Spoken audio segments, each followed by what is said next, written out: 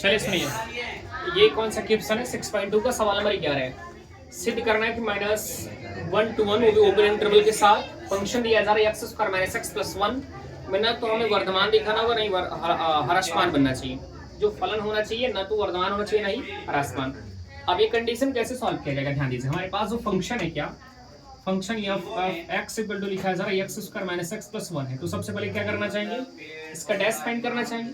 तो डैश निकाल लीजिए। तो एफ डैश एक्स जो हमारे पास मिलेगा, क्या वो 2x माइनस 1 मिलेगा? क्या मैं डायरेक्टली कर रहा हूँ, एक्स स्क्वायर का differentiation 2x minus minus x का 1 हो जाएगा, और 1 का क्या मिलेगा? कांस्टेंट मिलेगा, 0 हो गया।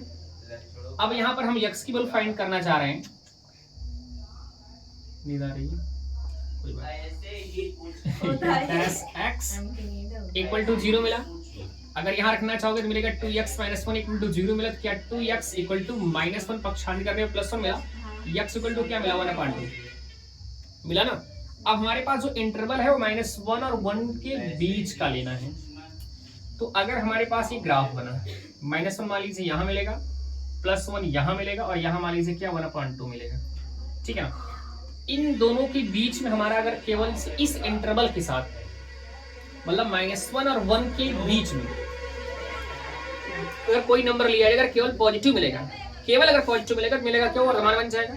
अगर केवल नेगेटिव मिलेगा क्या बनेगा? ह्रासमान बन जाएगा। लेकिन अगर इस इंटरवल के साथ अगर पॉजिटिव और नेगेटिव दोनों मिल रहा है तो मतलब क्या होगा? ना तो ह्रासमान ना तो वर्धमान बनेगा। चेक कर लीजिए, देखिए अगर -1 और 1/2 के बीच कोई नंबर आप लेकर चेक करिए, -1 और 1/2 चूंकि पॉजिटिव है, इसके बीच कोई नंबर लेकर आप चेक करिए, देखिए क्या मिलने वाला है। किसमें रखेंगे? ये प्लस एक्स कहाँ है हमारे पास? यहाँ है, या यहाँ लेकर लीजिए।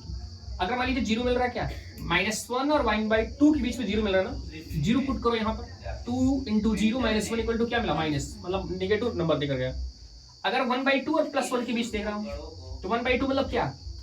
आधा, 0.5 ना, 0.5 और हमारे पास 1 के बीच कोई नंबर आप रखकर चेक करोगे, देखो क्या मिलने वाला है। अगर यहाँ भी ऋणात्मक मिल जा रहा है तो हमारा फलन जो होगा वो ह्रासमान होगा।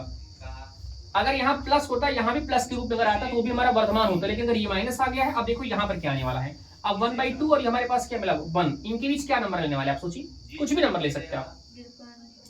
ये 0 पॉइंट हमारे पास 5 है, 0 पॉइंट मैं ले लेता हूँ, क्या हाँ 6 ले लीजिए, 0.6 कह लीजिए आप। अगर 0.6 इस पे रखा जाए, आप ध्यान दीजिए कहाँ, यहाँ।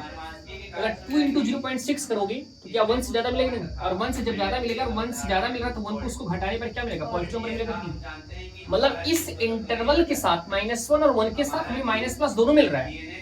अगर माइनस प्लस दोनों मिल रहा है मतलब न तो वर्धमान होगा, नहीं ह्रासमान। अगर इसी अंतराल में केवल -1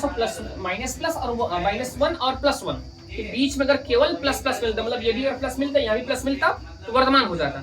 अगर यहाँ माइनस मिल रहा है, यहाँ माइनस मिल रहा तो ह्रासमान हो जाता। लेकिन क्या है, इसी इंटरवल में दो चीजें मिल रही है, क्या प्लस मिल रहा है और क्या मिल रहा है? माइनस मिल रहा है। तो माइनस प्लस अगर दोनों मिल रहा है तो आप लिख सकते हो क्या कि अतः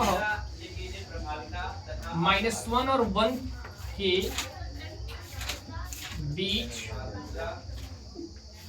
के बीच f डैश x का मान धनात्मक ऋणात्मक